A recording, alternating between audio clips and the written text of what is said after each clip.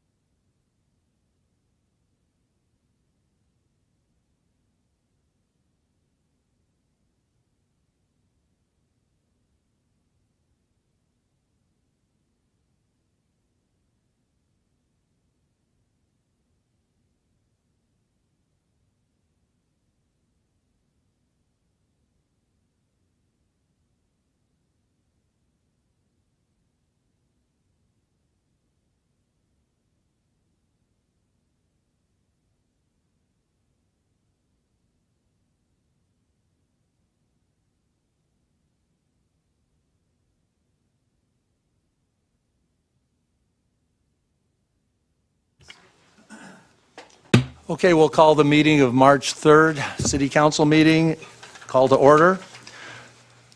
Note that all 5 council members are present. Madam Clerk? Thank you, Mayor.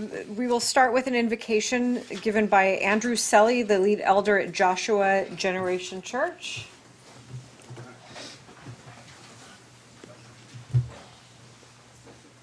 Let's pray together. Father, we want to come before you tonight in the name of your Son Jesus and ask firstly for our country, Lord, as it's on the brink of this war in Iran. And we just pray that there would be such a sense of peace and stability, Lord. Pray also for servicemen. And then for tonight, Father, we pray for wisdom for this meeting, that you would give each leader, each person the wisdom that they need to govern the way you would want them to govern, and that our community would walk in your blessing and in your favor, Father. We ask it in Jesus' name. Amen. Amen.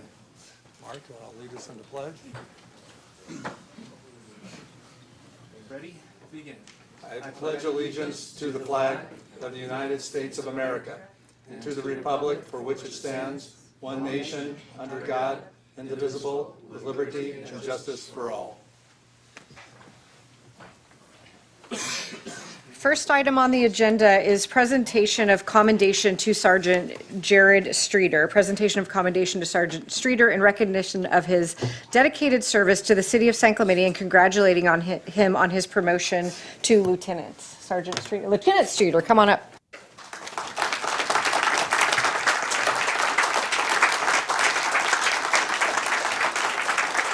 Okay.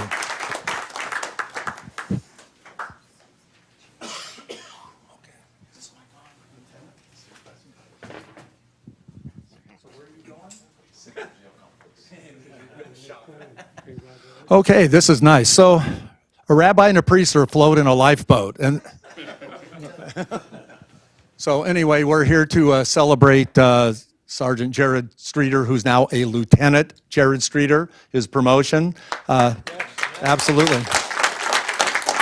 And deputies, you want to come up a little closer here? Oh, wow, really? Okay.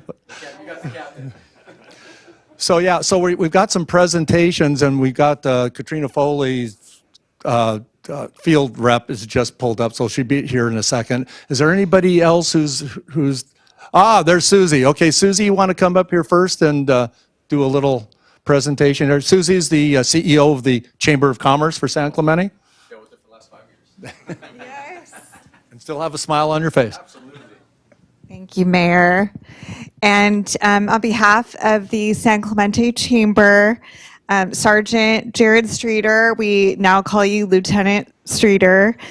Your leadership and professionalism and dedication to our community have made a lasting impression on so many of us. The San Clemente Chamber of Commerce thanks you for your service, and we wish you continued success. We are going to miss you dearly. But congratulations.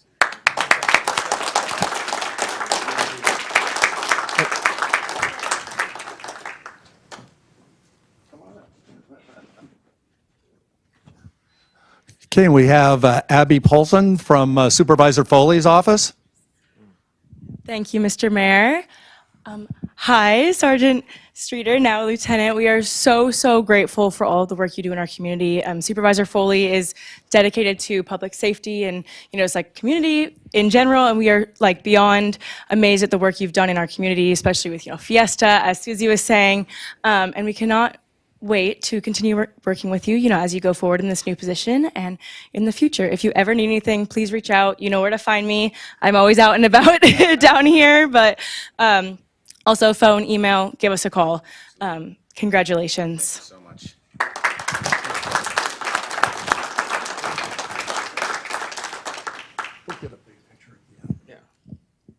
We have Christy Cassizian here for Tony Strickland and Lori Davies.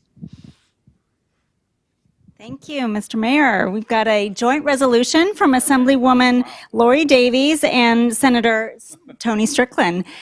Ditto on everything that's been said, and congratulations on your promotion. I am a longtime resident of San Clemente, and I feel very safe, and I know it's because of you, people like you who are leading a very safe and wonderful community for all of us. So congratulations. Thank you so much.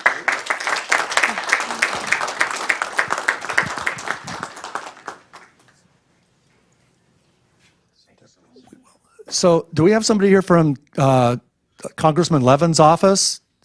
Okay. We also have something from Congressman Levin. So read that real quick. You have to read the whole thing now. Right, yeah, sure. Just summarize it. In summary, you have done phenomenal work, and not just Congressman Levin, but I'm sure the entire city, entire staff is so appreciative of everything you've done for the city, keeping us safe, and just the incredible, great attitude that you have the entire time of doing it. So we are truly appreciative. So. Everyone get in the picture. Sure. You can't, it's not like we nailed it to him.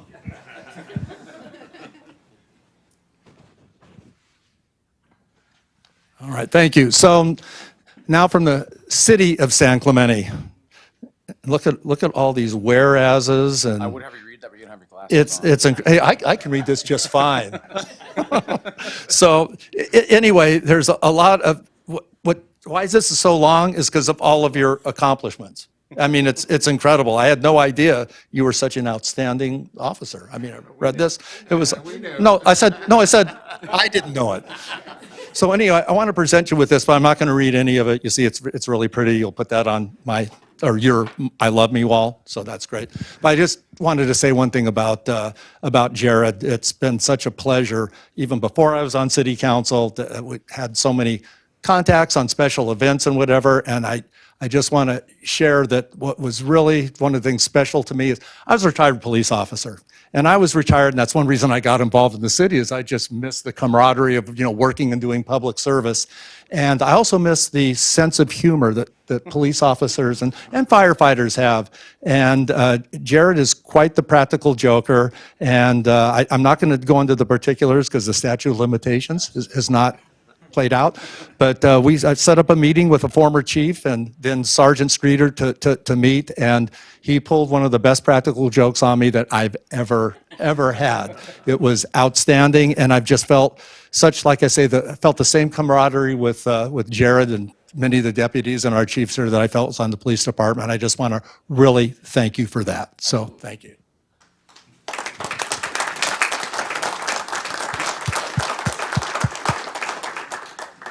Okay, let's get all the legislative people that are here.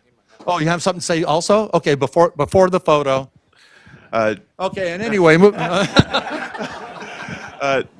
I say here is going to be new to Jared.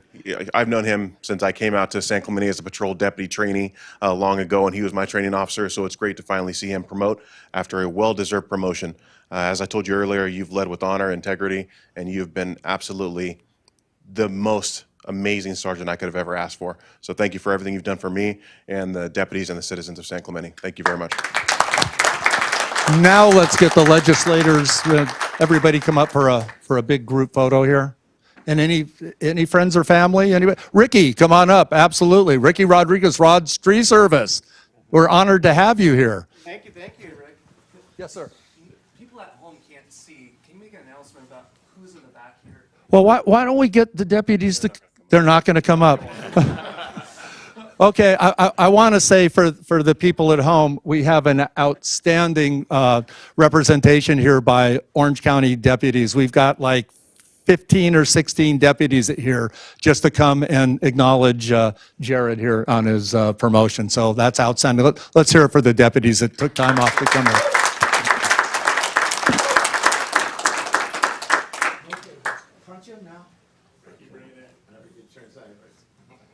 Everybody turn sideways. Get your best. Left side's my best side.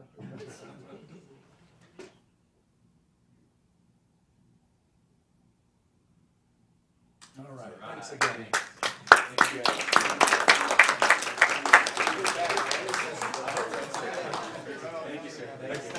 Jared called is going to be from the jail. Yes. Look at all that neat stuff you got there. Thank you. See you again. Absolutely.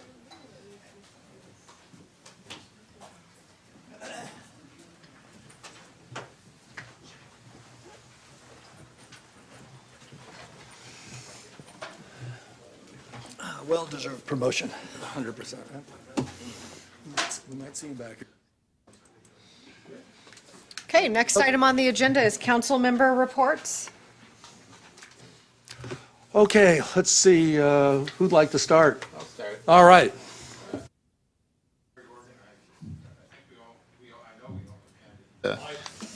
Mike's on.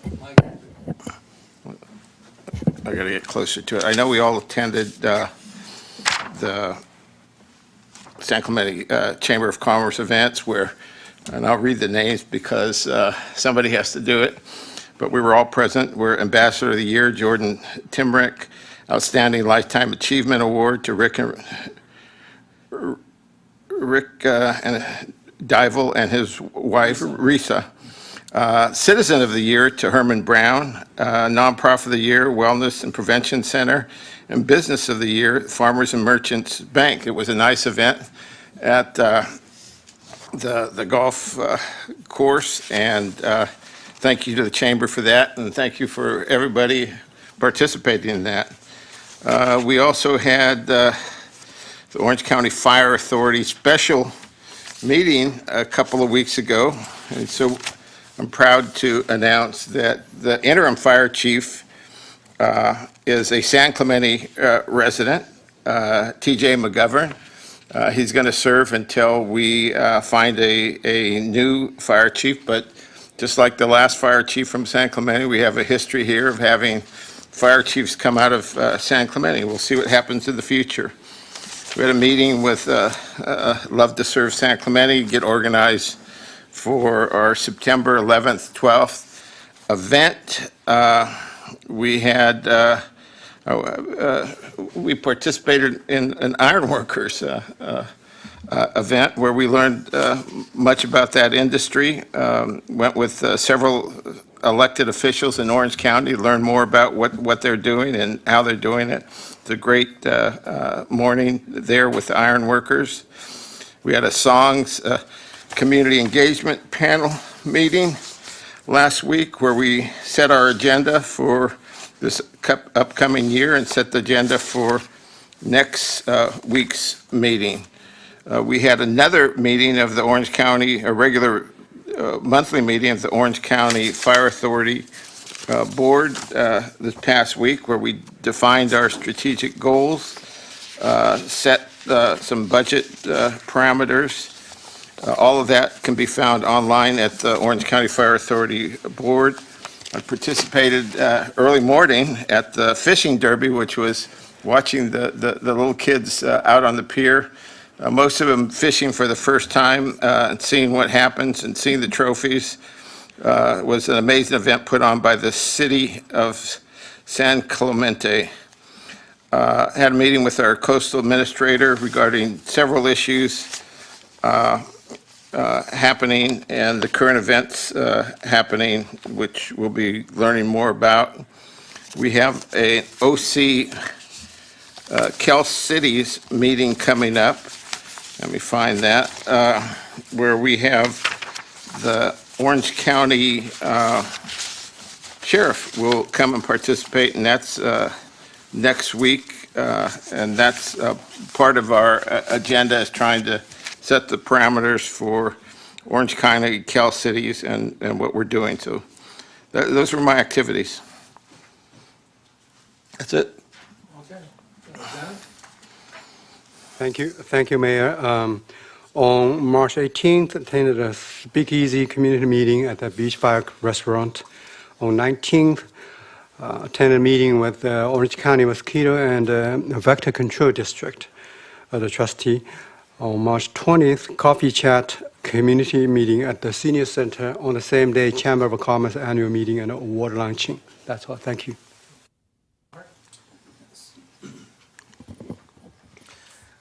Yes, had a Zoom meeting with a group called 5Gers about microplastics. Was at the Chamber of Commerce lunch meeting. It was very nice. I had a meeting with the Community Development Block Grant Committee. That will be coming back to us probably either late April or early May, talking about where our federal block grant money should be going. Had a meeting with the Cal Cities Coastal Cities Group leadership. We talked about different state legislation that's upcoming, going into Sacramento about things that will impact coastal cities.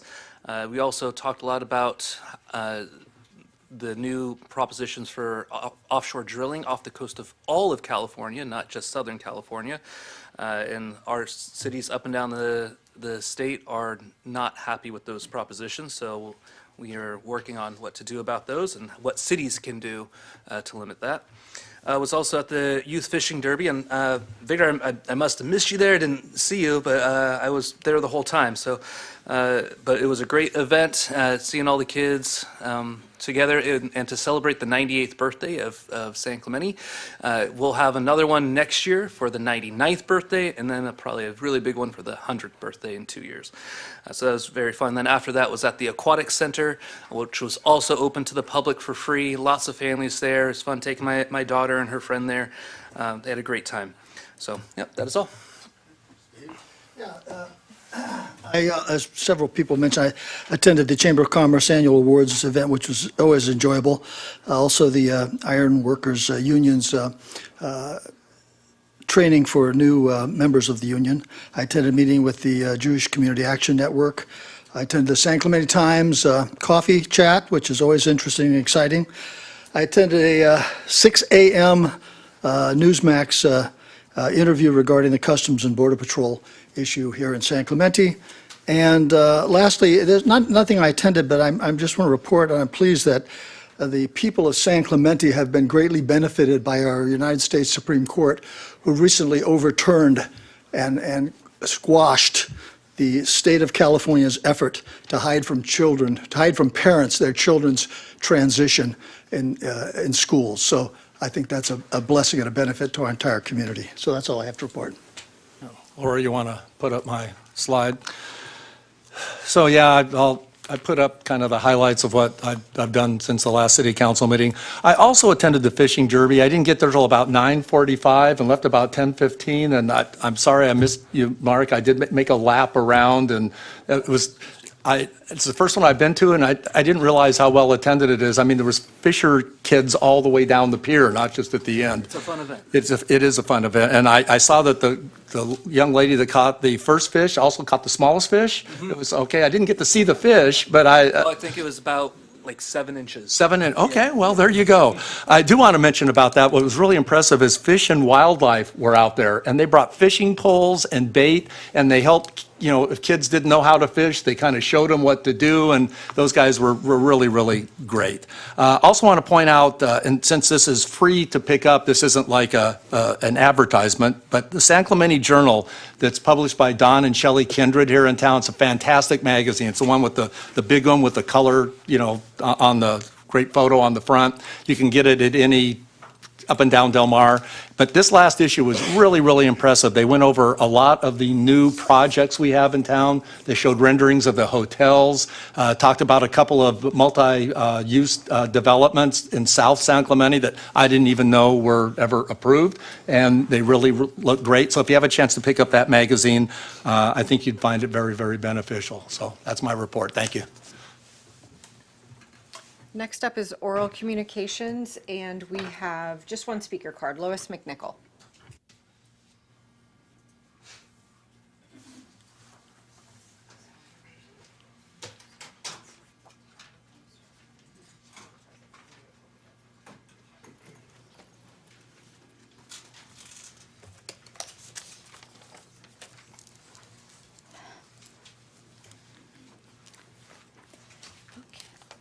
Well, the primaries are coming up on June 2nd. And if people care about the direction of the state, now is the time to speak up. A voter ID proposition will be on the November ballot, while the California legislature is doing all they can to keep the Prop 13 measure off of it altogether. According to Cal Matters, the argument is that it interferes with the government's ability to raise taxes and fees. That alone should tell you a lot. There's also a troubling pattern emerging in San Clemente. Meeting moderators and sometimes council members themselves have a hard time hiding approval or disdain during public comments. These meetings are recorded, by the way, everyone can see it. I attended a coffee chat Friday morning and asked after the meeting why residents weren't given a chance to present. The moderator responded rudely that oral comments were only at the beginning and that I was late. I explained I wanted to give a presentation. Same dismissive answer. That's not how a healthy civic process works.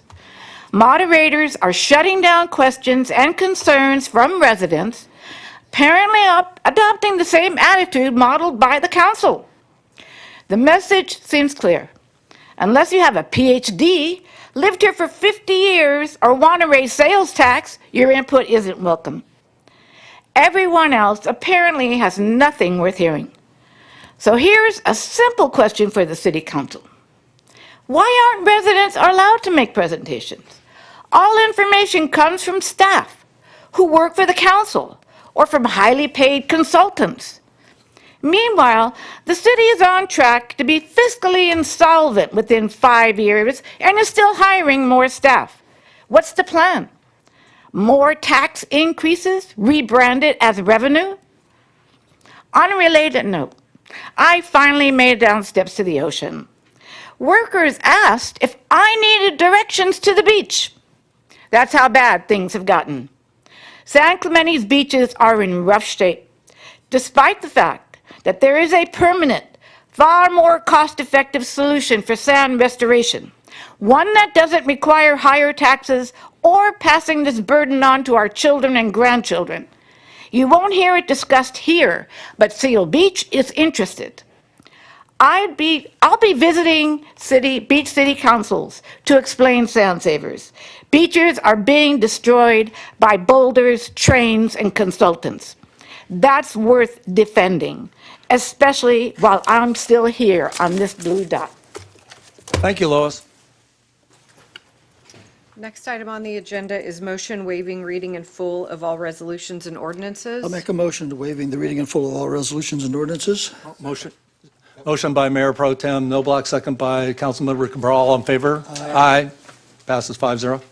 Consideration of agendizing items requiring immediate action. Anybody have any? No. Seeing none? Closed session report, City Attorney. Thank you. The council met in closed session on item A. There was direction given and no reportable action. Thank you. Staff communications. Seeing none? None. Next item on the agenda is a public hearing.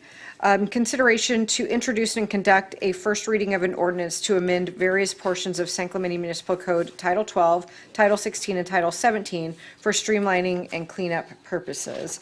And Mayor, staff's recommendation on this public hearing is to continue it to the regular meeting of March 17th, 2026. Okay, so I have to open the public. So we'll open the public hearing.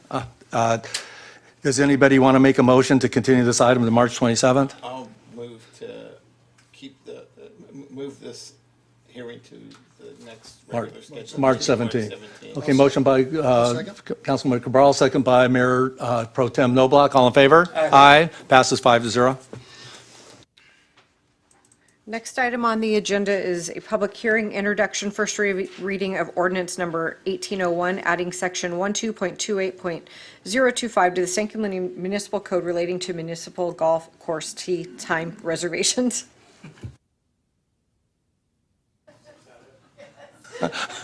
We'll open the public hearing.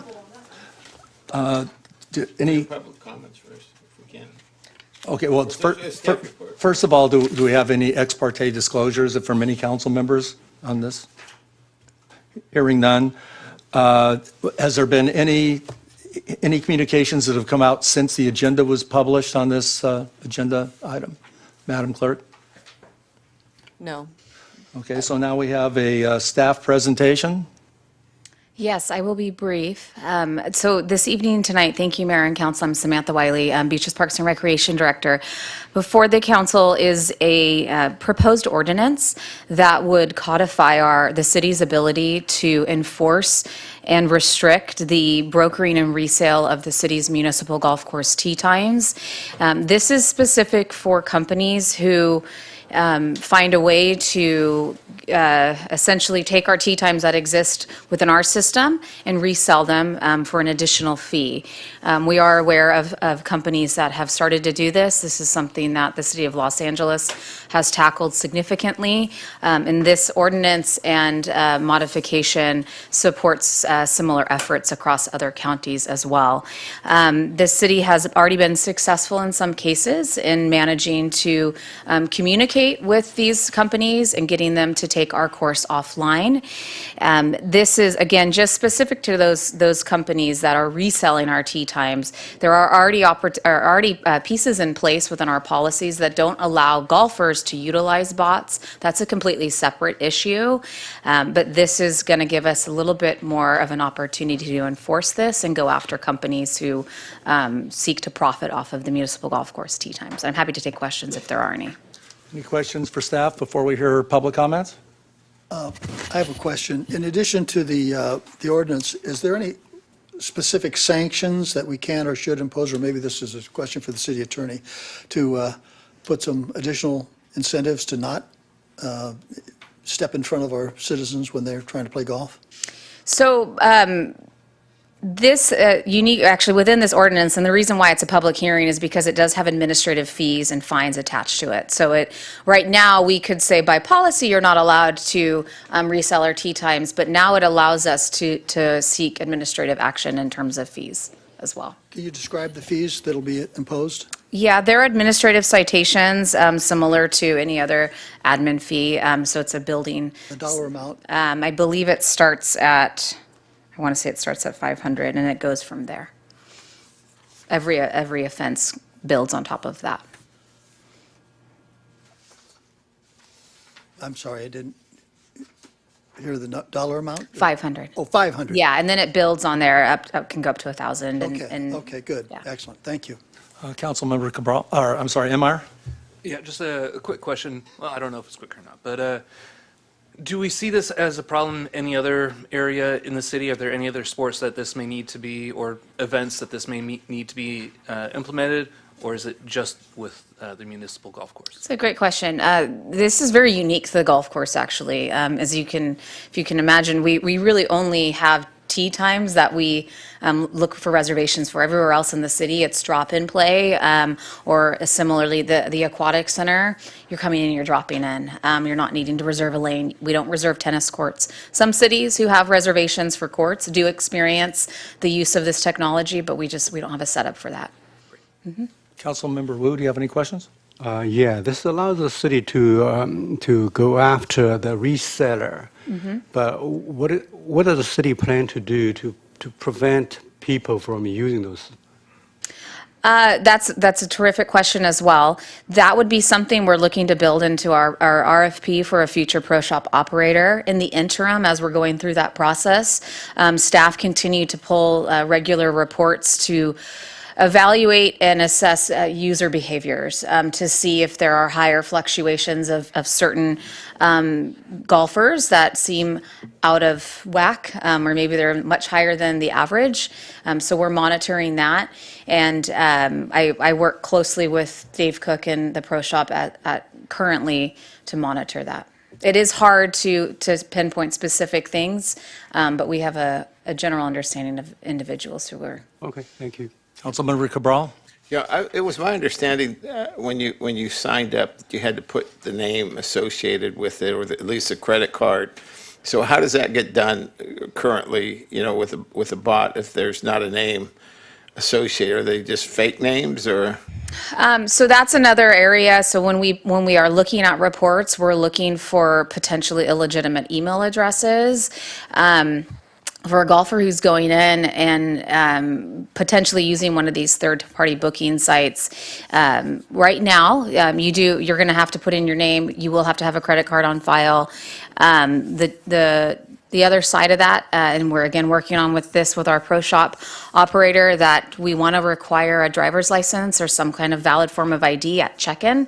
That's going to further mitigate any inappropriate and misuse of our tee times as well, and that's something we're continuing to implement actively. All right, thank you. Yeah, just to clarify, this came from some residents that brought this forward as far as people buying tee times and then selling them somehow, or making reservations for 4 residents, and then who knows how many are actually residents because we don't check. So there will be something in this RFP that will put the responsibility somehow on the golf course of checking IDs when people show up. And if they're not residents, they don't get the resident fee. They have to pay the additional fee. That's correct. And also, whoever makes the reservation will have to play golf. That will be part of it also? Yes, yes. Okay, thank you. Any other questions for Well, staff? Mayor, they don't have to pay, they just have to forfeit the fee.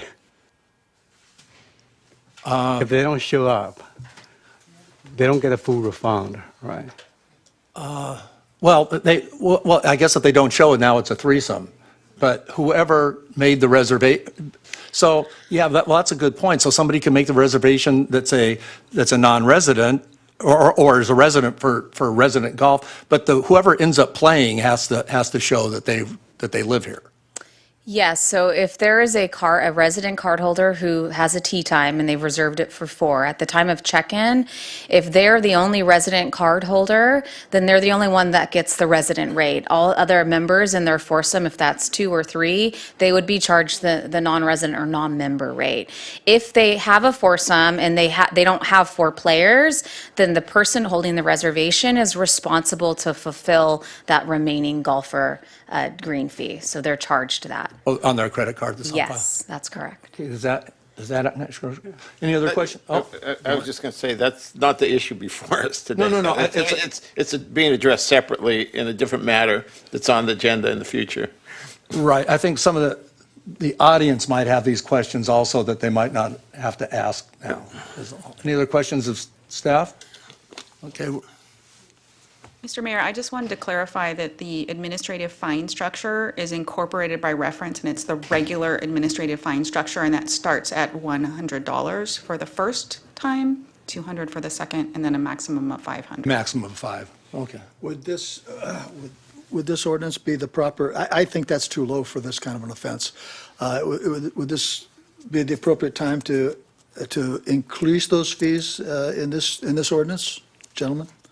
I think now would be the My time. recommendation is you take public comment first, and then we'll do a first reading with, But this ordinance, at we the need to proper notice time, it. this ordinance could be amended at this time to include a higher fee structure. this session. Fine we'll structure. need to notice it, but yes, it will be appropriate to do that. Okay, thank you. Okay, any other comments? Now, public comments? Yes, we have one speaker card. Seymour?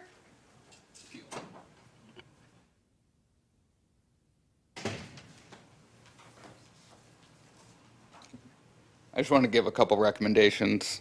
I don't think there's been an issue unless you guys have actually found a website that resells San Clemente Times, with San Clemente Times being resold.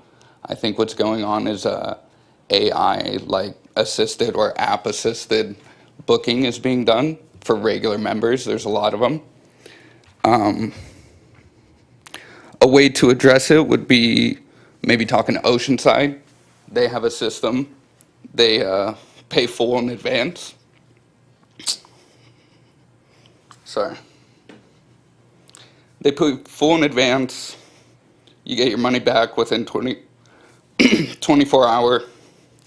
You pay your cart when you get there. You can also do multiple step authentication, text, CAPTCHA. Could increase the yearly membership rate. Yeah, unless you guys have evidence of the Times being resold on an actual website or an app, I don't think that's your issue. I think it's just app-assisted booking. And so the only way to get around that really is two-step, like a text or a CAPTCHA on the website. And then, yeah, raising rates a little bit. I think that idea of charging like $30 or whatever it was per member to play like an advanced booking wasn't really a good idea. It's just pay more to play once a year per member. And then I've been a member for like 5 years. In the last 2, I can't play. So you can't get a time. If you try to book, I'm just as fast as anyone else. Within 3 seconds, it's gone. So just a couple recommendations. Oceanside You might want to call them their city course. You pay in advance, you get it back if you cancel within 24 hours, just like anyone else, but you pay the full thing. So that not everyone wants to do that. It's a way to slow it down. I don't know if you could really get around it other than going back to booking in person like some people want to do. So that's my recommendation. Thank you, sir. Great comments. Ms. Wiley, have you taken note of some of these suggestions when we finally get to the RFP process? I have, yes. Okay, thank you. I do want to ask about that. To what extent are, I'm trying to figure out, there are a lot of websites where you can book San Clemente, actually, tea times, right? You go to their website and I guess they book it for you. And they show what's available on our website. Theoretically, that's how it works. It's not that Friday morning, but let's say you wanted to golf at 4:30 today. You could probably find a golf tee time right now. And you could probably go through other sellers of the tee times. Will they be affected or impacted by any of this? If I understand the questioning correctly, yes, there absolutely are websites that they're profiting off of the sale of our tee times. So there's companies that will take the opportunity you can create an account and you can set it up that you want to get a tee time on this day during this time frame, and they'll notify you and you put down a dollar amount. I'm willing to pay $50 for that tee time, and that's how they make their money on that end. At our end, we actually have a virtual wait list. We have a company that manages that for us. Samantha, since it looks like we're going back and we're going into discussion now, should maybe we close the public hearing and continue these? So if you still have questions from staff, you want to keep the public hearing open. Okay. That's It's still a question. Yeah. Okay. So we have a virtual wait list that we pay for those services, and that's what we would like golfers to utilize, is the service that we're providing. That way there's not another company making more money off of our tee times. That's the end goal. And there are companies out there that we're made aware of regularly. But I'm trying to get to the issue of the companies that are just doing it conveniently, that they book the tee time for you. You travel a lot, and you go to this city, and you don't know where you want to golf. You say, find me a tee time, and they can find you a tee time at any golf course.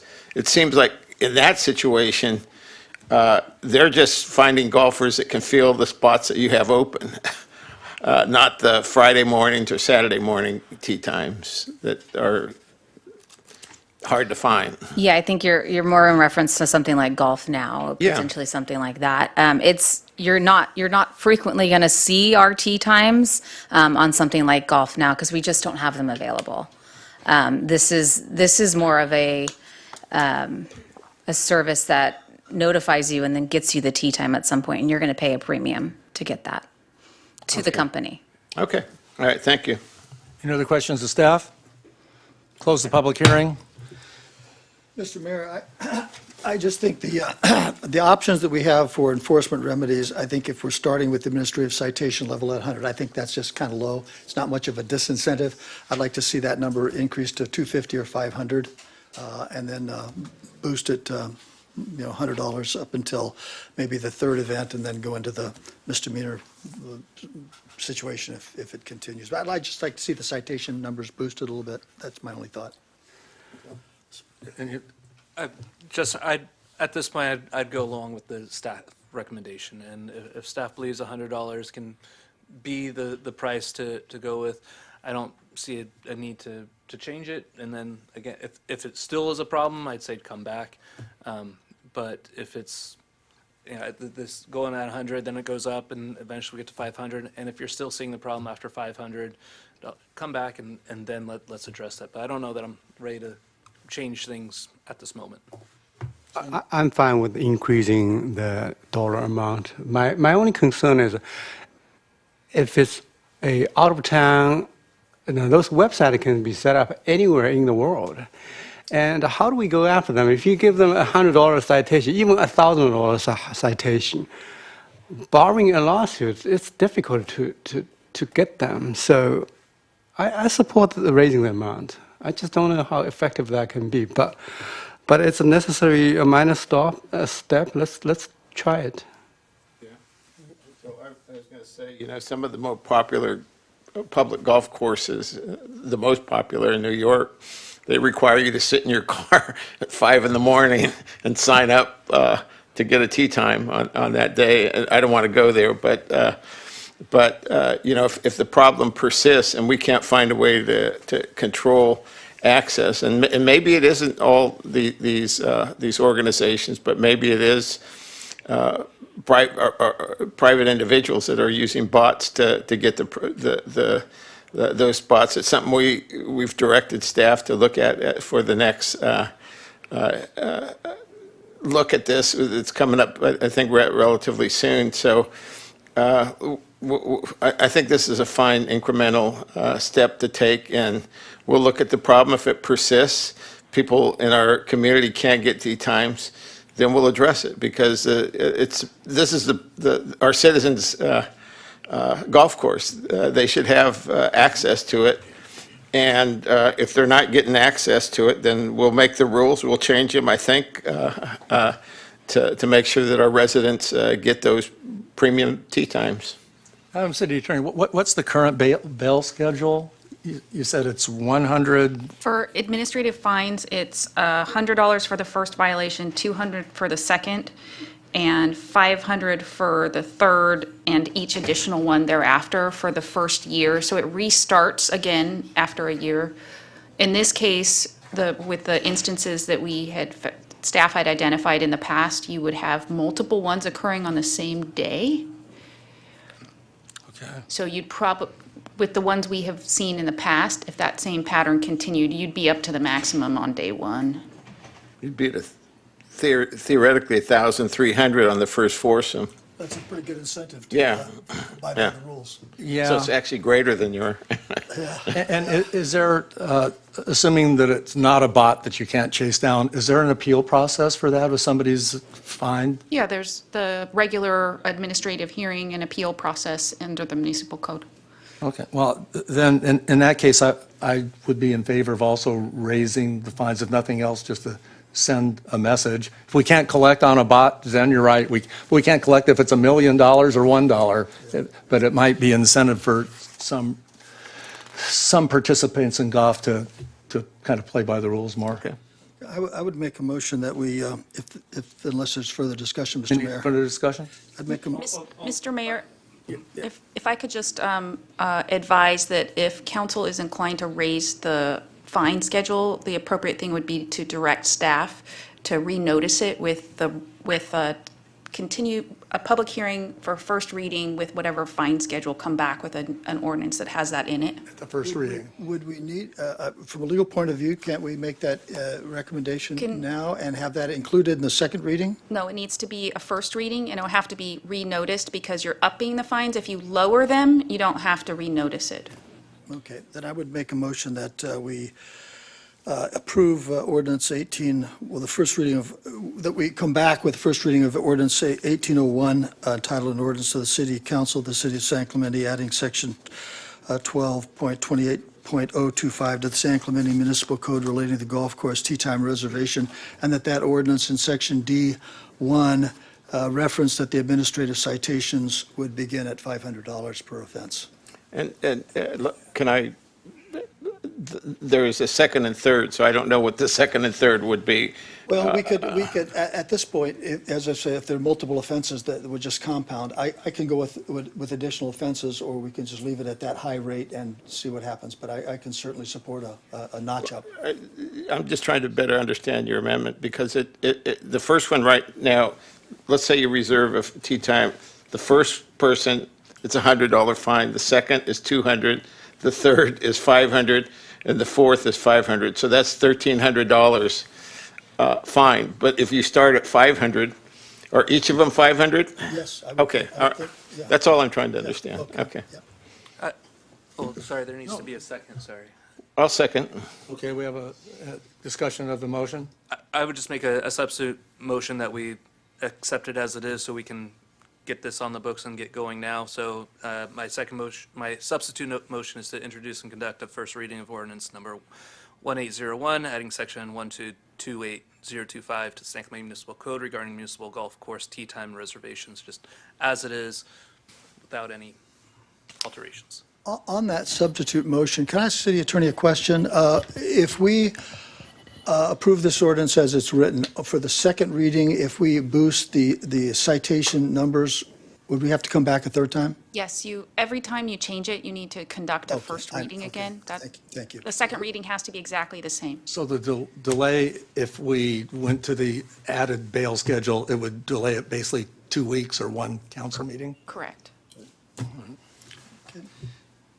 Oh, Hearing no second, I'll call for the question. All in favor? Aye. Opposed? Passes 5-0. Thank you.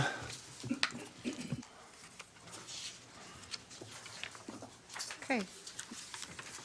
Next item on the agenda is consideration of a resolution to approve an implementation agreement for the transfer and exchange of transportation corridor agency properties and related property exchanges, easements, deed restrictions, and Christianitos Basin maintenance obligations. Authorize the city manager to negotiate, finalize, and execute all related agreements and find the actions exempt from the California Environmental Quality Act. We have Adam Atamian, Community Development Director, here to present. I assume we have a very in-depth staff report. You know, I tried to make this one as short as possible. But I wanted to cover as much of the information in the staff report as I possibly could, just to educate the members of the public that are here that may not be quite as familiar with it. So I will try to make this brief. The item before you is a consideration of a resolution to approve an implementation agreement for the transfer of transportation corridor agency lands, which will be referred to as the corridor lands here within San Clemente. This agreement represents the culmination of negotiations among the city, Talega Associates, Talega Maintenance Corporation, or TMC, and coordination with staff from the transportation corridor agencies, otherwise known as the TCA. The agreement is comprehensive. It does not simply transfer property, it also resolves some longstanding ownership and maintenance issues, consolidates what's called the Christianitos Basin, which I will go into more detail on in a bit, under city ownership, and records permanent conservation protections. The goal of this project is really to transition these lands from a dormant toll road dedication framework to a more permanent public ownership and stewardship under the city. And so this all essentially starts in 2006 as part of the Talega development approvals. At that time, approximately 30 acres were dedicated to the TCA through an irrevocable offer of dedication, which was provided by Talega Associates and TMC. The lands in question were owned mostly by Talega Associates, but also by TMC, and they provided those lands to the TCA through that irrevocable offer of dedication, or otherwise referred to as an IOD. The dedication was intended to preserve land for a potential toll road alignment. That alignment was never constructed and has since been abandoned by the TCA. Importantly, the original dedication included consent provisions requiring approval from Talega Associates and TMC before property could be transferred, and the TCA is requiring those consents as part of any transfer that they might undertake. The implementation agreement provides the negotiated terms in order to obtain the consents of Talega Associates and TMC to allow the transfer of these properties.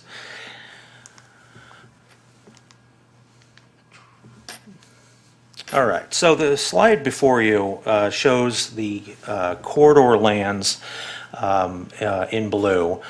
As mentioned before, it's approximately 30 acres. The properties are located north and south of Avenida Pico, near the at the end of the eastern terminus of that street.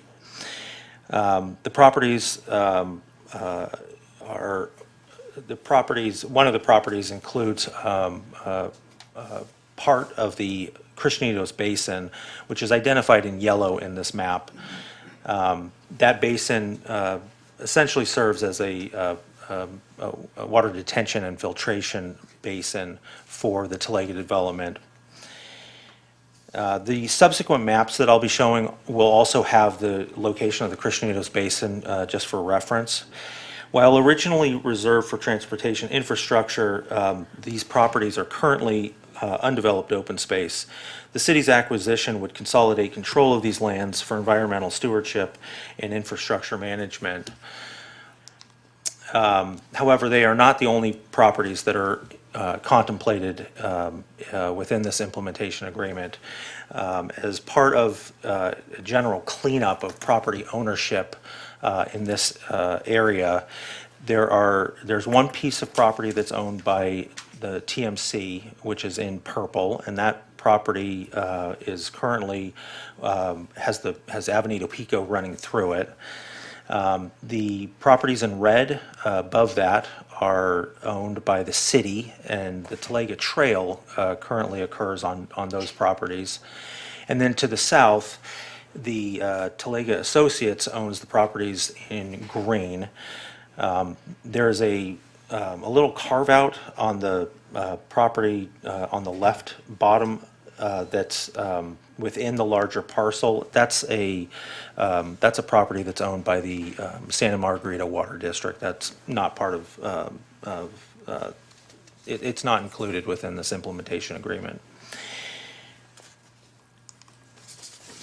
So this map just shows all of those parcels that were discussed with a bit more highlighting to help orient the viewer.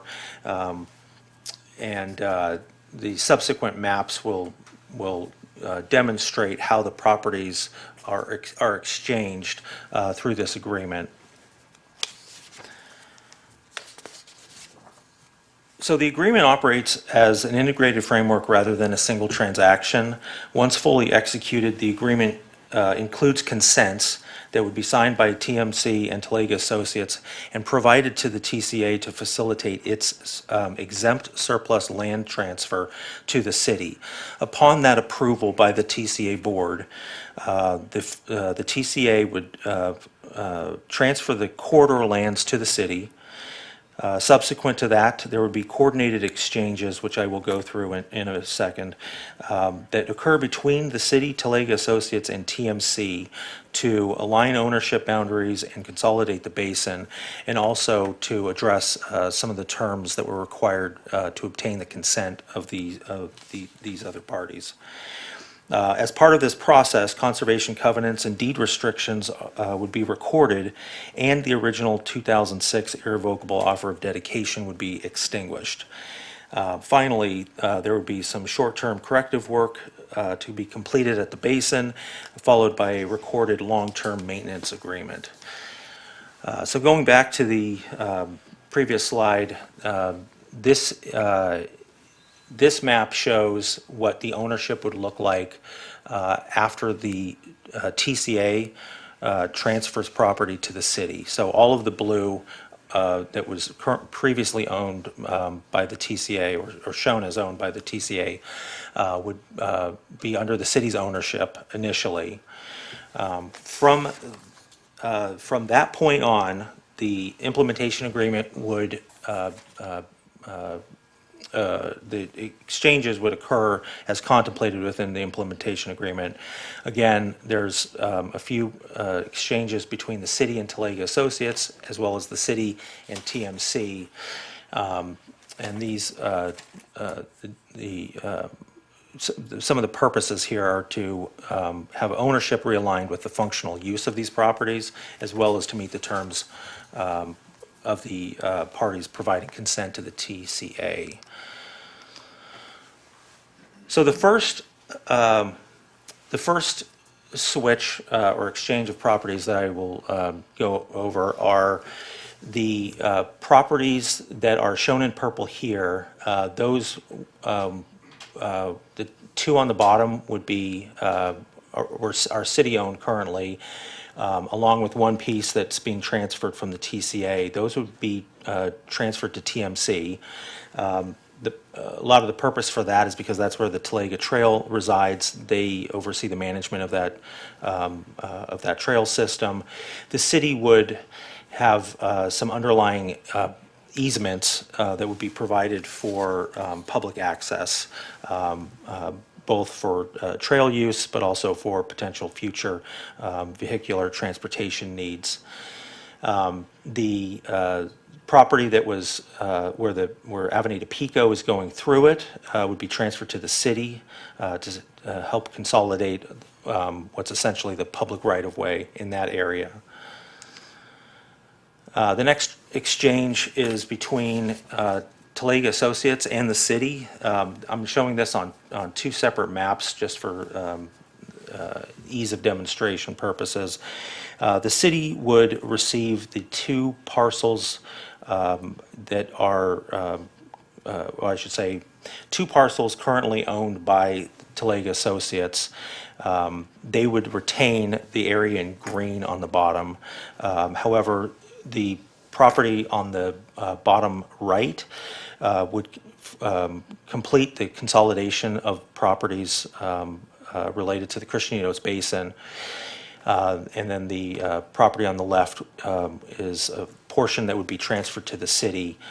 As I mentioned before, Talega Associates would retain the area that's in green. That area is currently where a portion of the city's housing overlay occurs, and they would retain that as potential for development rights on that property. However, in exchange for the properties below, the city would then transfer the property shown in green to the north of Pico in consideration of that exchange. That piece of property would have a few things accompanying it. One major aspect of this implementation agreement includes placing deed restrictions on certain properties, including this one, that would prohibit a battery energy storage system or BESS facility to fully ensure that that type of development could not occur on that property. So the final ownership under the implementation agreement would result in what is seen before you.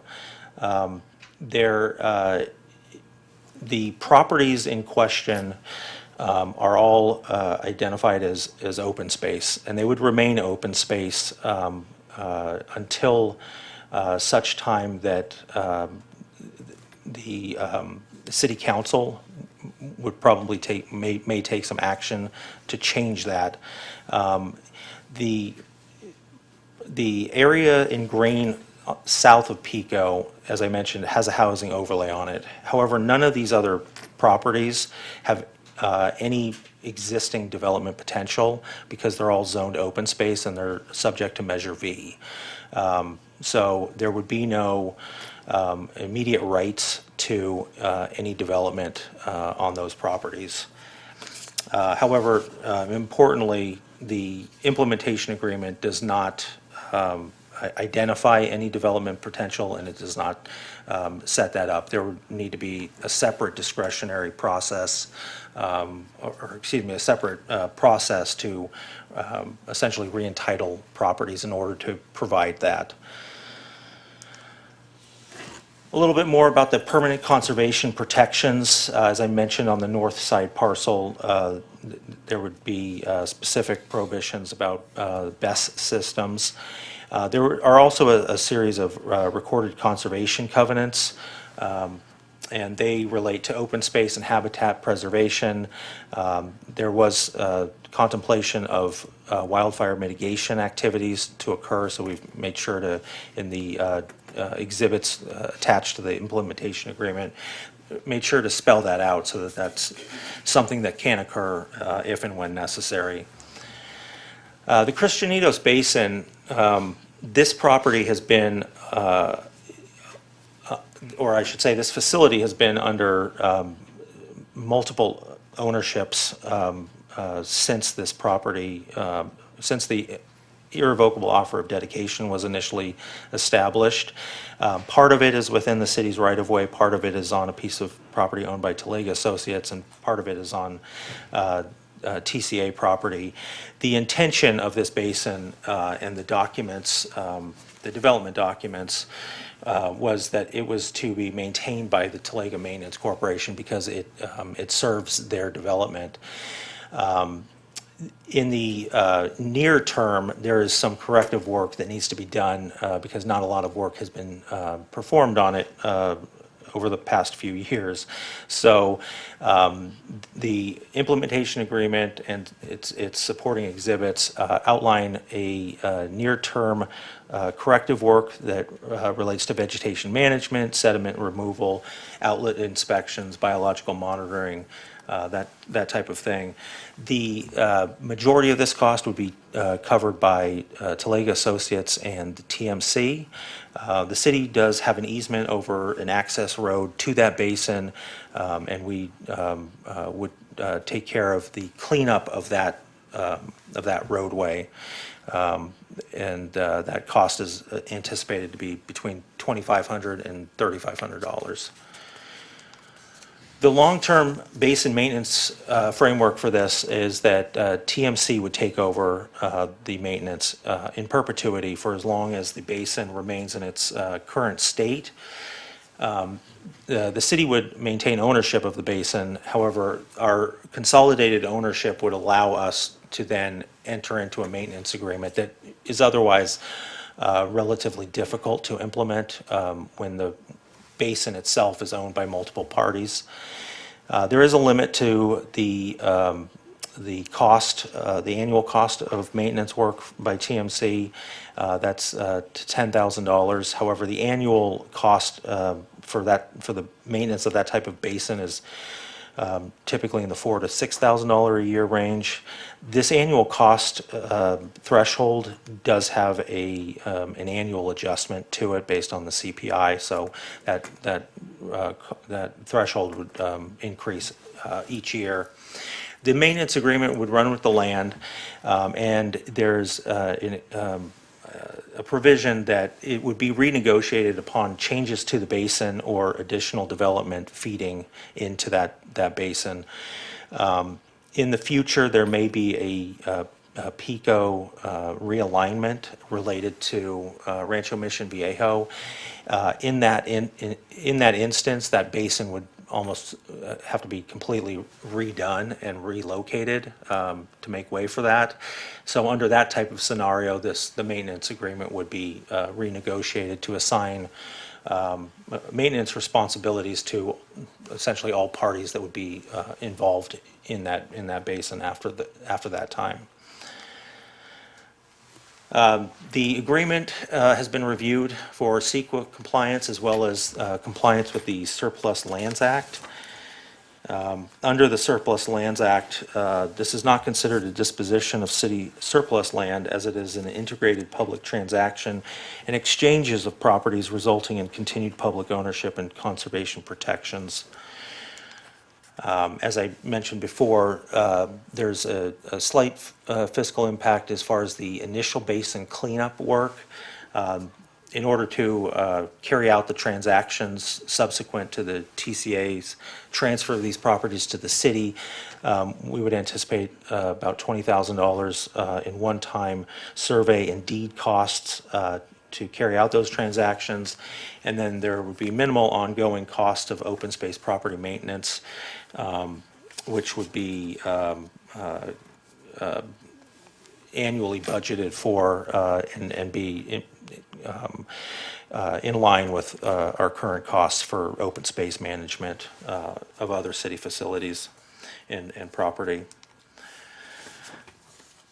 So Talega Associates and TMC have reviewed and approved the implementation agreement through their respective governing bodies. The implementation agreement includes formal written consent documents that satisfy the consent requirements under the original IOD and would allow TCA to proceed with the transfer of the corridor lands to the city. The transfer of these corridor lands and subsequent property exchanges through the implementation agreement achieve the following. It secures permanent city ownership of former corridor lands. It resolves some longstanding Christianitos Basin maintenance issues, ensures protections against battery energy storage systems.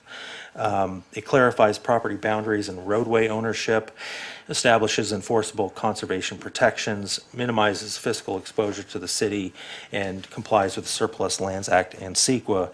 And so based on the benefits provided by this implementation agreement, staff is recommending adoption of resolution number 26-35 approving the implementation agreement. That concludes my presentation, and I'm available for any questions. Thank you. Before we have questions or discussion, it's council's pleasure to hear from public comments. That'd be fine. We have one public comment, Amanda Quintanilla.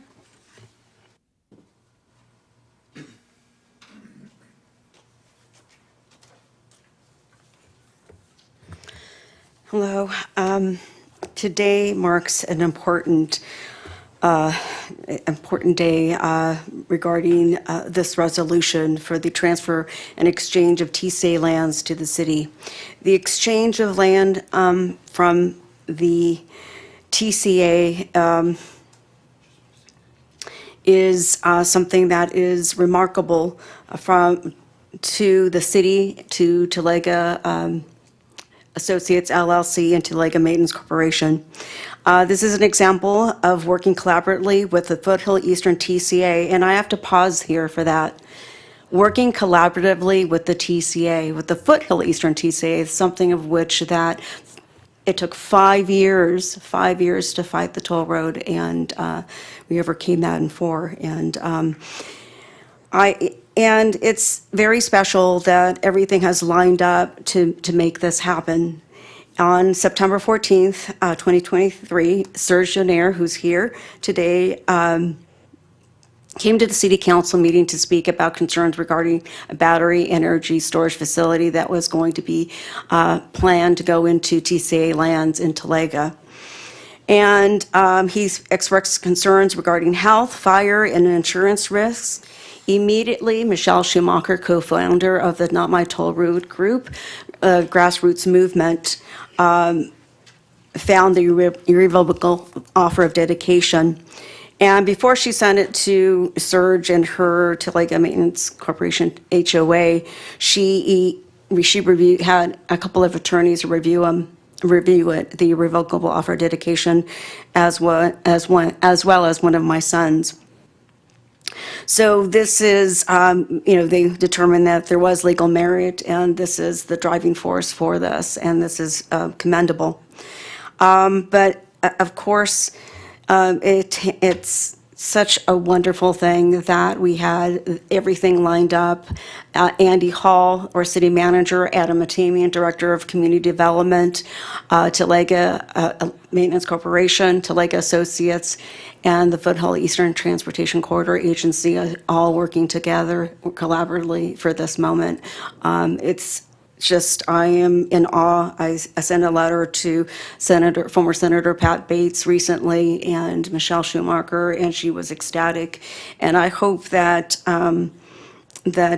I think her HOA should send her some flowers and to thank her for that, because this is just really commendable.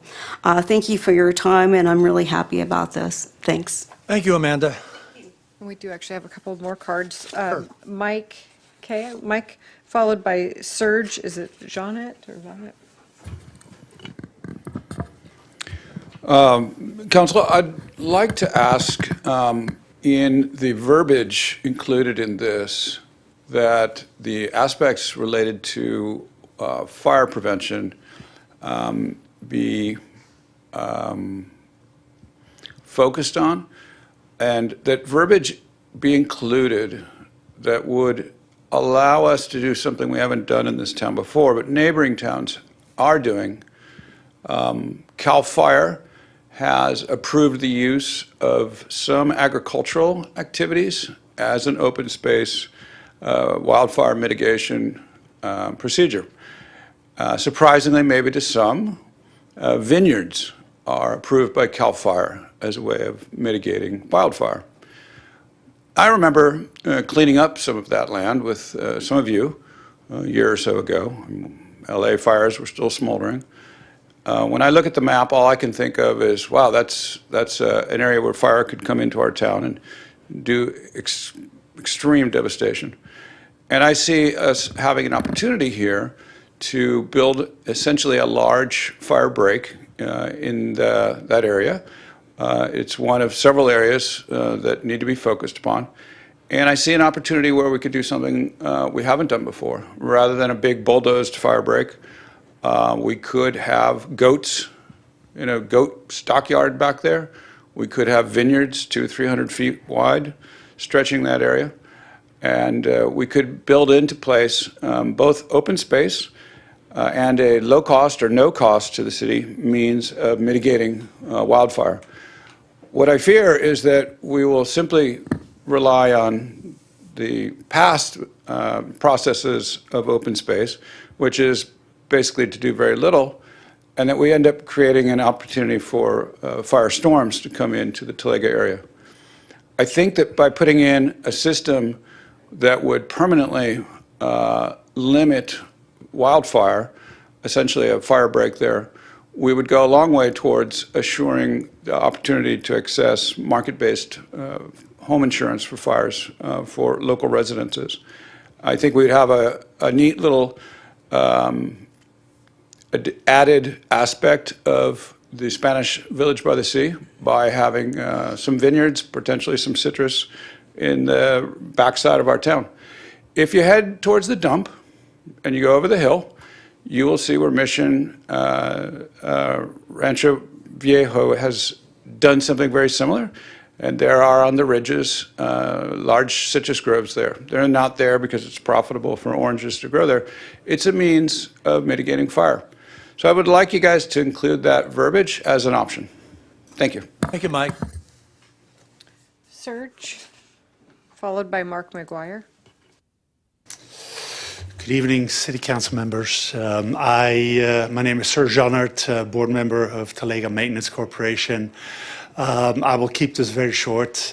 Needless to say, what Adam Batanian, Director of Community, presented just now is a culmination of a tremendous amount of work between ultimately 4 parties, and getting 4 parties to agree to something is not always the easiest thing to do. But I wanted to extend my gratitude to Adam, of course, as well as City Manager Andy Hall, as well as the City Attorney and staff that was involved in this, because we know that a lot of work went into this, and hopefully you will endorse and approve this.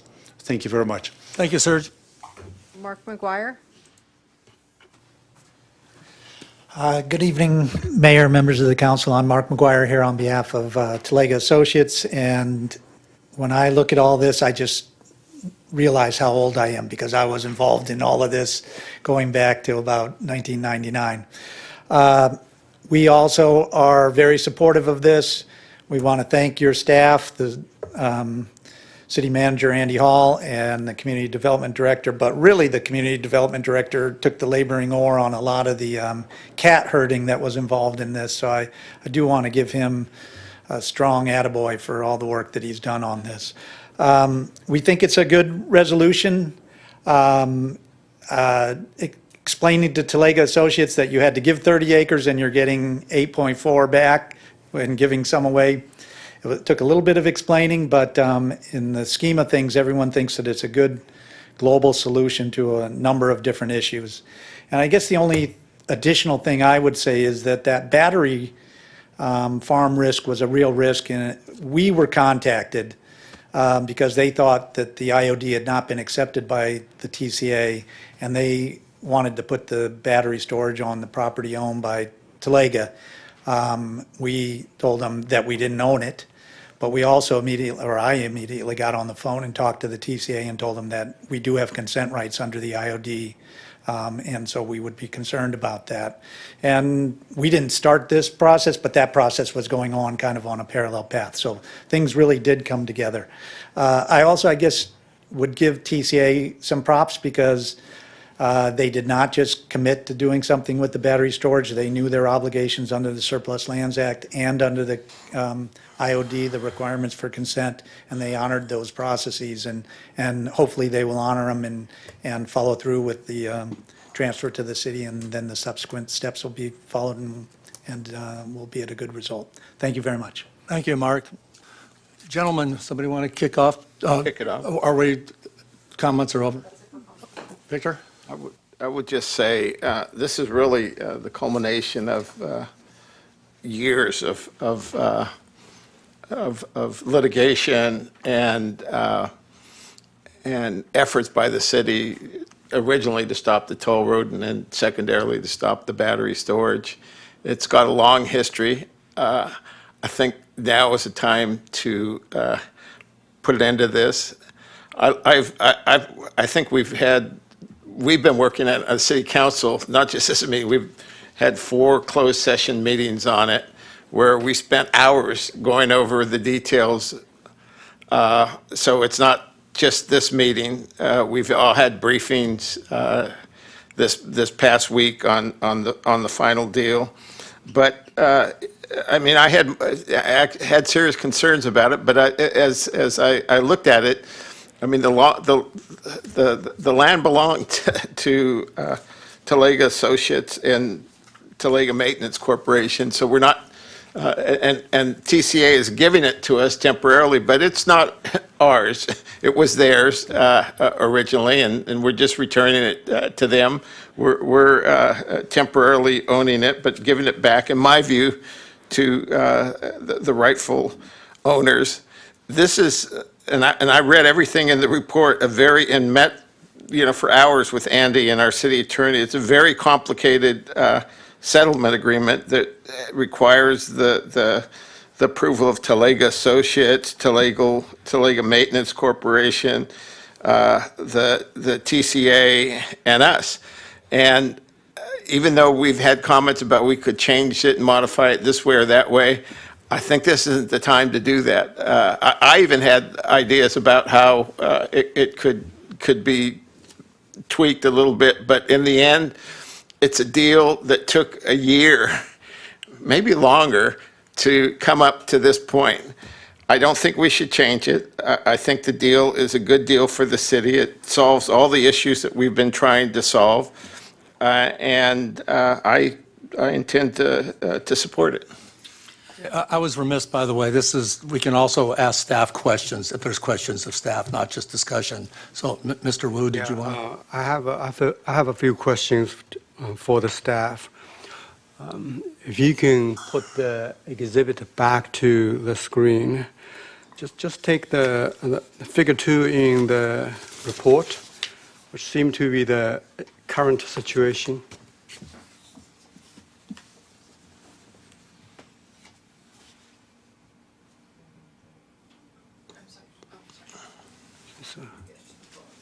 Figure 2 in the staff report. Figure 2? Or the equivalent PowerPoint presentation. The existing home ownership. Yeah. Oh, yeah, okay. It looks slightly different from my exhibit here. At the end of the PICO, it narrows down by the parcel to the north. So if one day PICO needs to be realigned, is the road design restricted here? Sorry.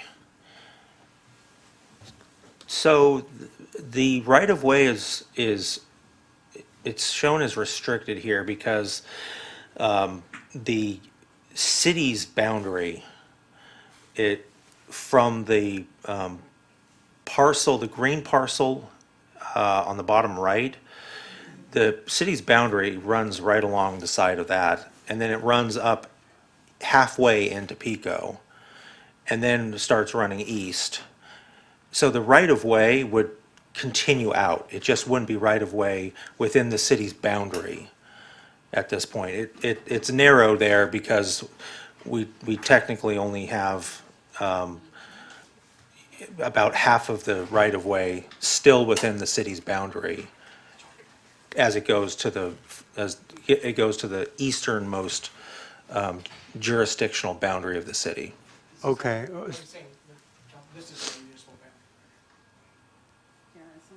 Right, but if we continue the right-of-way through all the way to the end, it means it's going to cut into the northern parcel of it.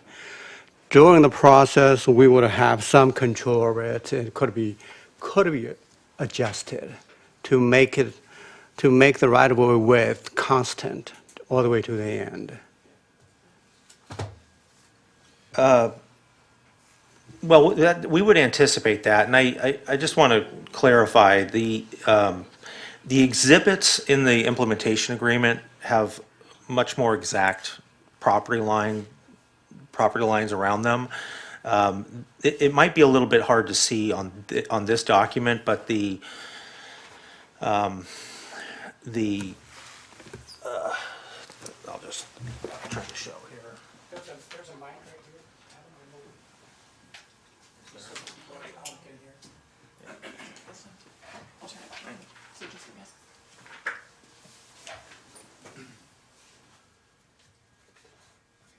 Thank you.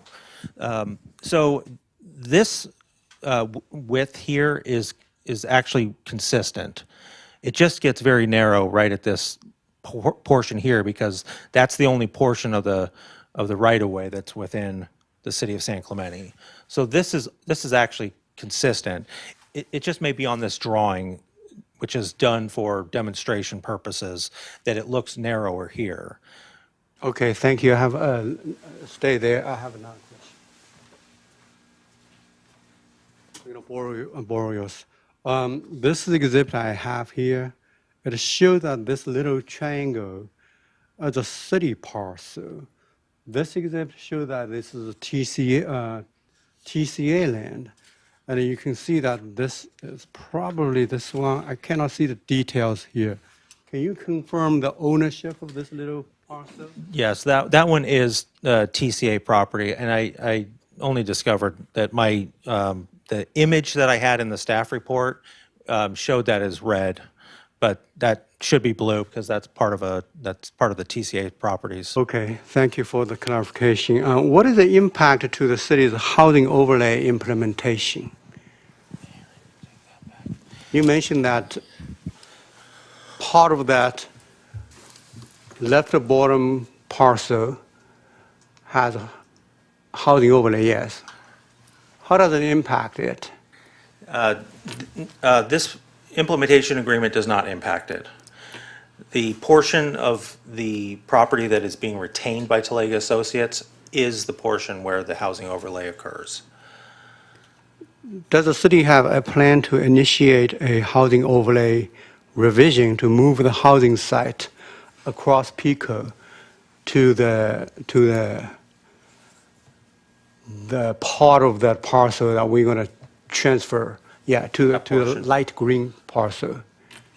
There's no plan in place to carry that out. Is the city aware of any plan to develop the land into housing project? There has not been an application that has been submitted. Did the city perform a land value appraisal? No.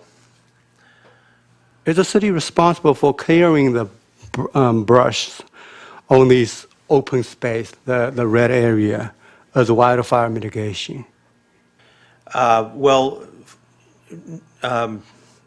There could be some maintenance obligations, but the areas in red that the city would take over are open space, and they would be treated similarly to other city open space properties, and that does not include a large swath clearing of any vegetation because there's habitat values that exist here. For For the flat area that we're transferring to these Talega Associates to the north of Pico, if a housing development was proposed, how does the Measure V, which requires a voter approval, affect it? If there was a housing development that was proposed on this site, short of any action taken by the city council to replace an existing housing overlay onto this property, and that would only be for the purposes of meeting state housing requirements. That could not be done for additional housing needs beyond what the state is requiring. But short of that process, it would require a vote of the people to rezone this property from open space to something else. So that needs a voter approval. Yes. If the future council decide to move the housing overlay there, do they still need a voter approval? There's a path where that would not be required. And it would be to maintain compliance with the state housing laws as it relates to our RENA numbers, which is what our housing overlay is intended to address. So the Measure V can be exempt in that case? There's a pathway towards that, yes.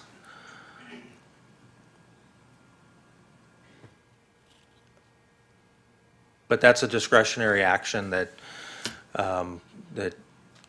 staff cannot give, a blanket approval for. There would need to be some studies and work done on that to establish the ability for that to occur. If the city walks away from this deal and someone wants to put a battery farm on this piece of land, I'm talking about the light green one, what do they have to go through to make it happen? Well, right now, our zoning indicates that utilities are permitted if they serve the adjacent neighborhoods. So a battery energy storage system would not be permitted under our zoning. However, there are potential processes through the California Public Utilities Commission that would allow for essentially to allow a process that's closer to a ministerial process handled by the state that would not require local approval to establish a BESS system at that property. Okay, thank you. I do have a question for the city manager or the city attorney. For this, the land transfer or swap deal, in this property negotiation, the city acts as a landlord and a property owner, not a regulator. Is the city entitled to pursue economic interests just like a private property owner? Are you talking on which properties are you speaking? When this is all finished? No. Is the city acting as property owner and a landlord? Well, we would certainly take responsibility as a property owner. We wouldn't take any responsibility as a landlord because we don't anticipate having any tenants on any city property. Okay. Okay, thank you. That's all my questions. Mark? No questions. I just want to say that this process has been going on for over a year, and like one of the speakers said, to get four parties together on this, to come up with an agreement that works so well, I believe the city is having, this is a great deal for the city, for the people of the city. It's a great deal for all the other parties involved in this. And I'm ready to support this and make a motion well, I'll have to read it, but I'm ready to make the motion to approve this. Just let me make my comments, and then you will be making the motion. Thank you for all the hard work, Adam, and city staff was incredible. As Victor pointed out that this isn't the first time we've been hearing about this. We've been hearing about this for a year and going through all the mechanics of it, and it's been quite the process. And so thank you for all your hard work. I'd like to echo Ms. Quintanilla's comments also. I mean, maybe this is the last nail in the coffin for that toll road. I mean, let's hope so, but at least it's another nail. Addressing Mr. Kay's concern, City Manager, I know that you're committed to making sure that, especially at this location where it is in the highest probably fire area we have, that certainly fire mitigation will be a component of this. I will just take that as your commitment. And that's all the comments I have. And with that, I'm sorry. I just want to. I'm sorry. I just want to. Oh, I'm sorry. You echoed Amanda's comments, and quite frankly, I want to do the same thing. This has been a long process. This implementation agreement puts to final rest the ghosts of toll roads past and assures that a battery storage facility will not be placed next to the residents of Talega. So a lot of moving parts. It took us a lot longer to get to this point than we thought it would a year ago when it was before us initially. But I'm glad we're here today, and I can support a motion to adopt Resolution 20-35. Okay, I apologize for deferring you, but you got the last words, which I think was I'll totally make a- appropriate I'll since you make- were mayor through most of this process. I will make a motion that we approve Resolution 26-35. Well, I think Mark was going to make the motion. So I'll make the motion and. I'll second Mark's motion if he wants to make it. I have comments. Sure, okay. Motion? So, Comments on the motion. comments on the motion. Sure. I'd like to recognize the staff for the diligent work. I'd like to recognize the staff for the diligent work.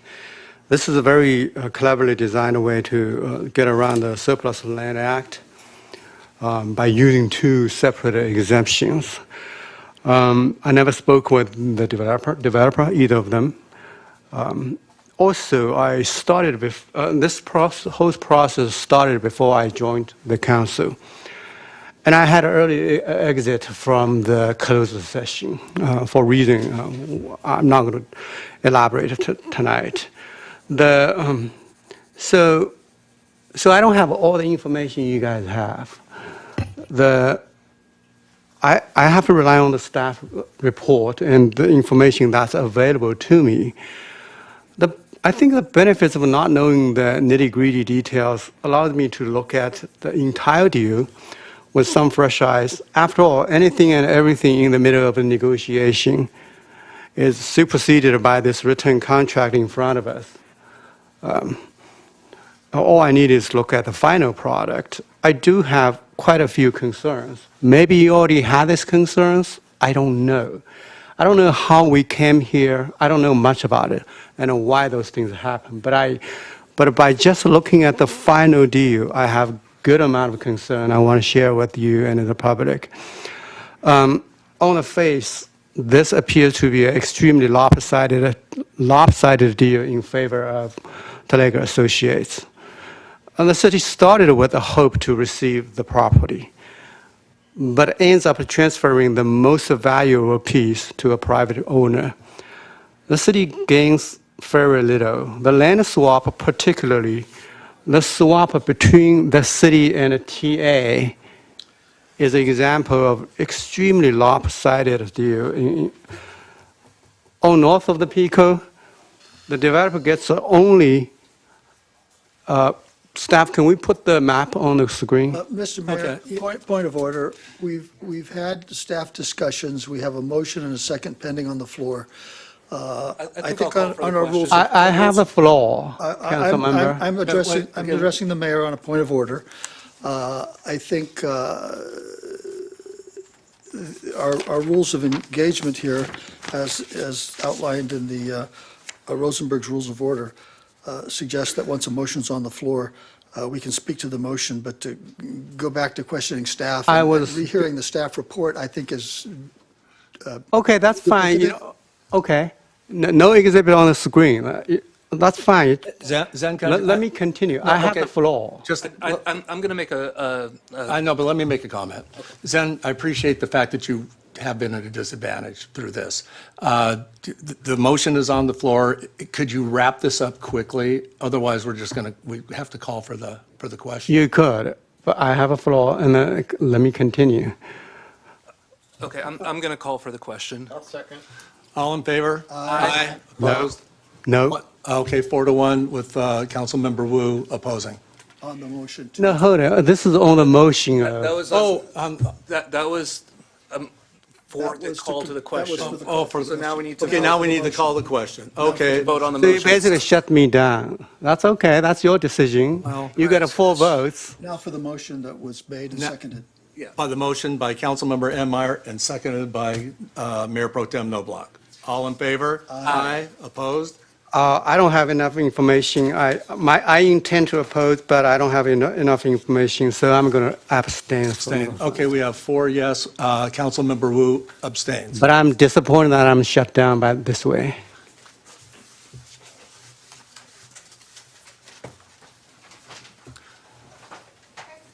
All right, next item on the agenda is introduction and first reading of an ordinance adopting the city seal and city logo and establishing regulations with regard to their use. Mayor and council, the ordinance before you this evening is just a step to formalize use of the city ordinance. And this is in anticipation of the LA 28 Olympics coming into San Clemente, the centennial, and of course, elections. During those times, we often get requests to use the city seal, and this would just be a process to formalize who can and cannot use the seal. Do we have any public speakers? We do have one. Amanda Quintanilla?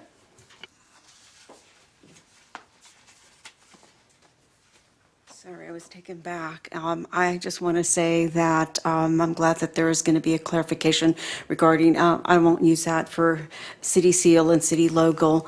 I think it's really important to do that. I know there has been some concerns before regarding some planning commissioners and committee members and actually, I should say, commissioners and committee members using the city seal on their Facebook page and also on LinkedIn, and so I'm glad that was resolved.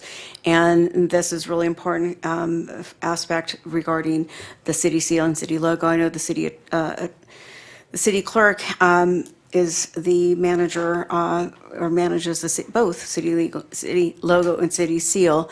And as such, now I think it's going to be bifurcated that one city logo is going to be handled by the city manager and the other one by the city clerk. So I'm really glad that this is being done, and hopefully it'll help matters with the Olympics.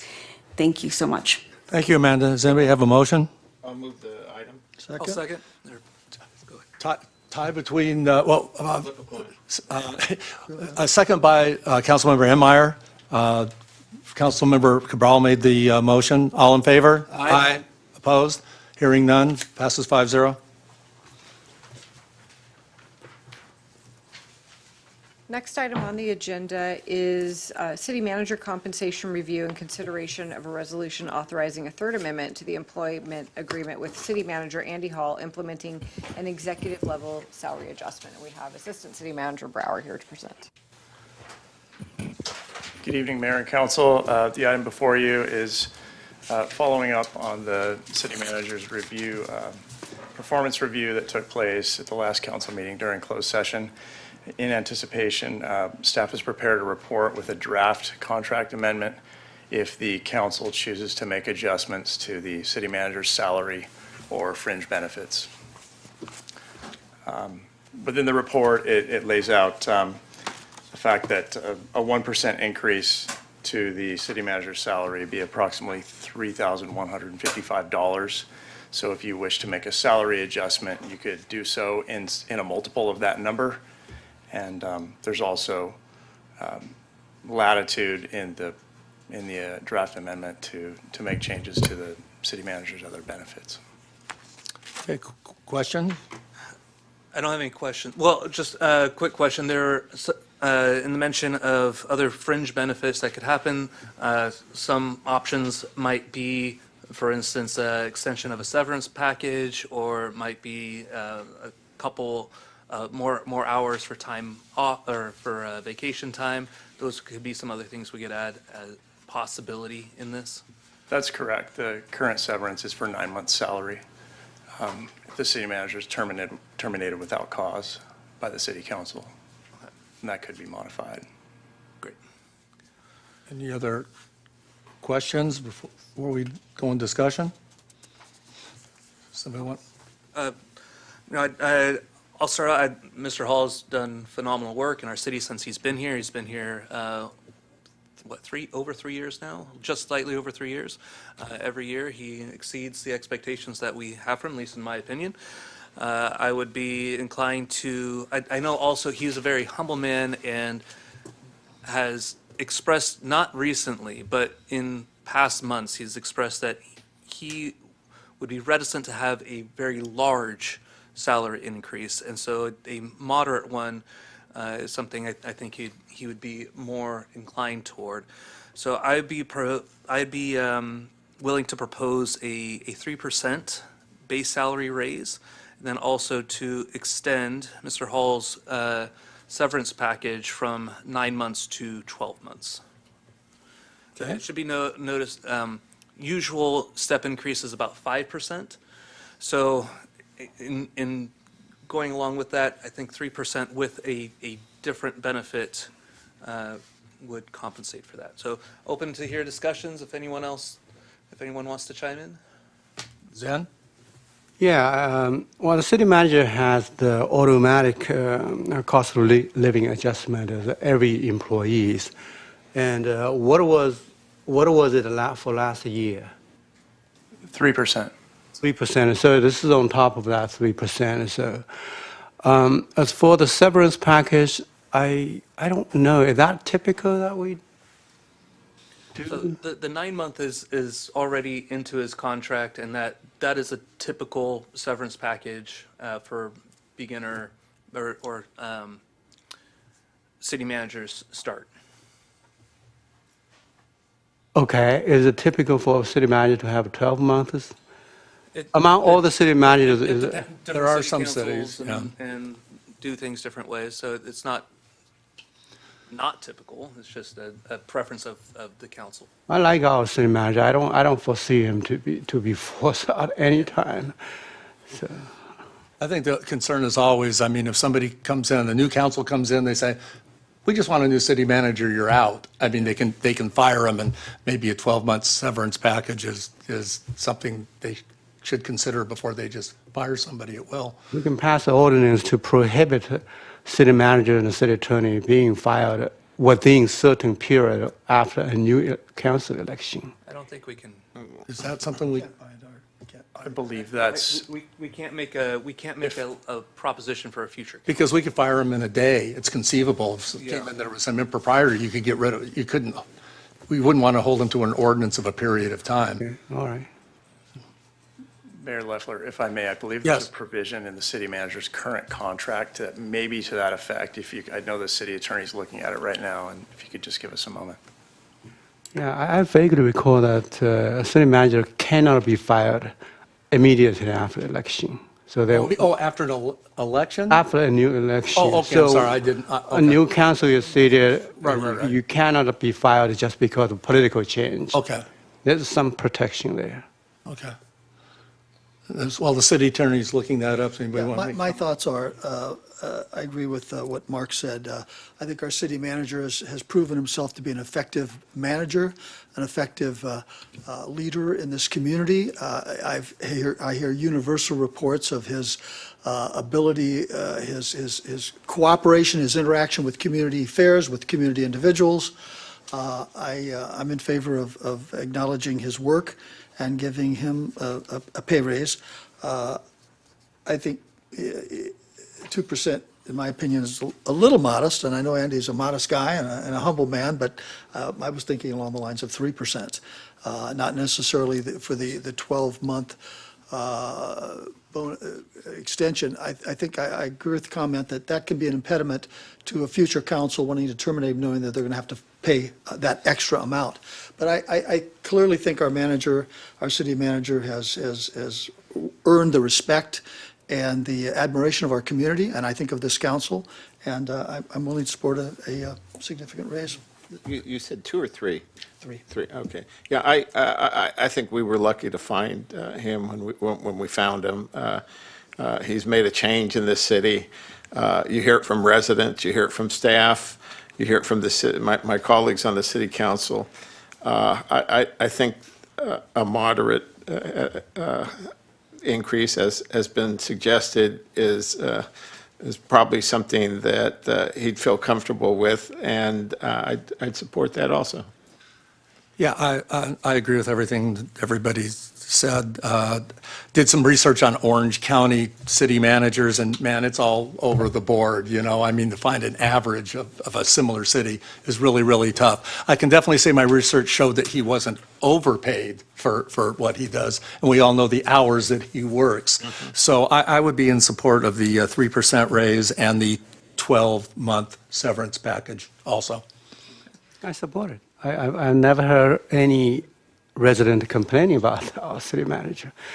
No, you're It's quite a difference from, I don't want to talk about a previous one, but Annie has won the support from all people. Zen, would you like to make the motion? Sure, I make a motion to, well, I'm sorry. Can I just please clarify, the current employment agreement for Mr. Hall, Section 3D, states that the city council shall not take any action pursuant to paragraph 3B, which would be termination, or to terminate him for a period of 6 months before or after a city council election, except for good cause. So there's already the Good cause. provision of 6 months.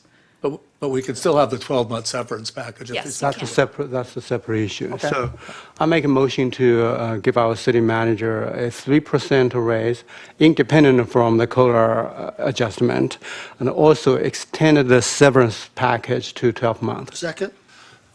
Motion by Council. Mr. Mayor, if I can just clarify, Councilmember Wu, are you suggesting the adoption of the resolution, draft resolution, and the third amendment with the insertion of the 3% and 12-month severance? Yes, Okay, thank you. And that's my second as well. Motion by Councilmember Wu, second by Mayor Pro Tem Noblock. All in favor? Aye. Any opposed? No. Passes 5-0. And with council, before we go into consent, could I make a little alteration because I wasn't able to do it earlier? Could I call Deputy Jared Hendy up to the front here real quick? I guess your name has to be Jared to be a deputy. But the reason I'm calling him up is because Jared was going to sit in for Chief Chevalier tonight, and they both ran out so quick, so they had to grab Jared. He's our admin deputy. He's been in San Clemente now for how many years? About 6. Why don't you step up to the mic and just maybe introduce yourself and give us a little bit of your background, so when we see your happy face, we'll know you better. Yes, sir. I'm Deputy Jared Hendy. I've been working with the Orange County Sheriff's Department for about 9 years. Been assigned to San Clemente for about 6. Worked patrol during that time up until about last May when I took over the admin deputy spot. But during my time here, I've worked mainly patrol on day shift. Trained about 27 deputies now in the city.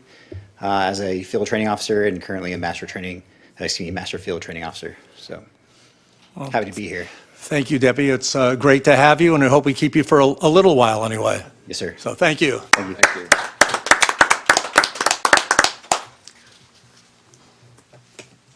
Consent calendar, next item on the agenda. Okay, does any council member have items that they'd like to pull? I see none. Any public comments? No. I'll move the consent calendar. Second? Motion by Mayor Pro Tem Noblock, second by Councilmember Cabral. All in favor? Aye. Passes 5-0.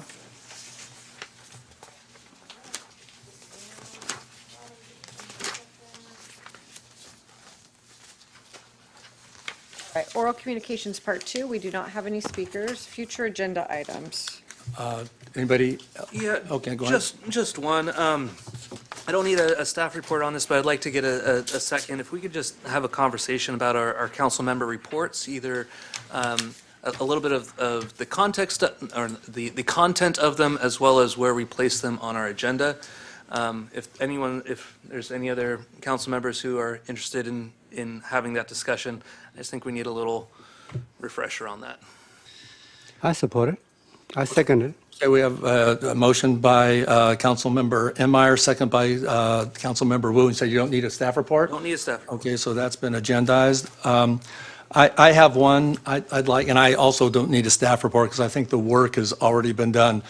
Part of our 72-hour parking regulation and the moving of a vehicle 6 inches that complies, I have a couple of ideas that I'd like to put out there and maybe see what the council thinks about that. I'll second it. Okay, I got a second, don't need a third, so I'll take Councilmember Enmeyer's second there. Any other items? Okay, next item is city attorney report. I have nothing to report, except it's been a great pleasure and privilege to serve the city of San Clemente for the last 3 years. Thank you very much. City manager. Mayor and council, just one thing real quick.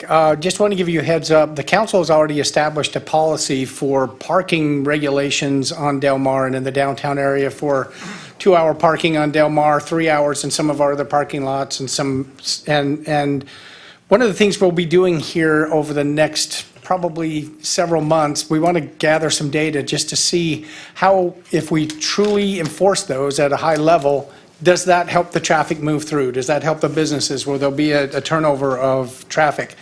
And so we have secured the services of a consultant who will help us to patrol that area on a very regular basis. We hope to do that. We'll get word out. We'll put it out on social media, and we'll make sure that everybody's aware of it. We'll probably give everybody perhaps a warning the first time. But we really want to start to enforce that 2-hour parking and the 3-hour parking in the lots that the city has leased in that area. And then we'll come back to the city council and give you a report on whether that works or whether there's some other actions that we need to take to make sure we're supporting our businesses in the downtown area. Is that, I'm just curious, is that computerized Yes, function? yes. It'll be done with computers and, correct. And then we have a few contracts, Mayor, that I just need to shoot through real quick. Underground Solutions for providing the final filter plant potholing construction contract in the amount of $16,050. Duncan Engineering for improving the Victoria sidewalk widening in the amount of $49,250.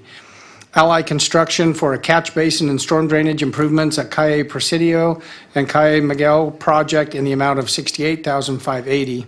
Vortex Industries providing for the door and office storefront installation general services for the WRP in the amount of $24,232.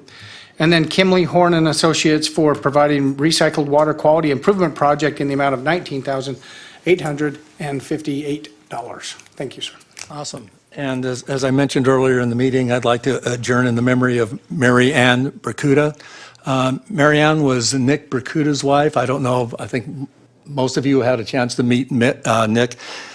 He was one of the original members of the Public Safety Committee, retired LA County Sheriff, a great community guy, and great family. Great kids, great grandkids that are still community members here, and she'll be sorely missed. With that, I'll adjourn to the next regular city council meeting scheduled to take place on March 17th, 2026. Closed session will begin at 4:30 p.m. and the regular business meeting will begin at 5:30 p.m. The meeting will take place in the council chambers located at 910 Calle Negocio, second floor, San Clemente. Second the motion? Second by Mayor Pro Tem Noblock. All in favor? Aye. Thank you. We're adjourned.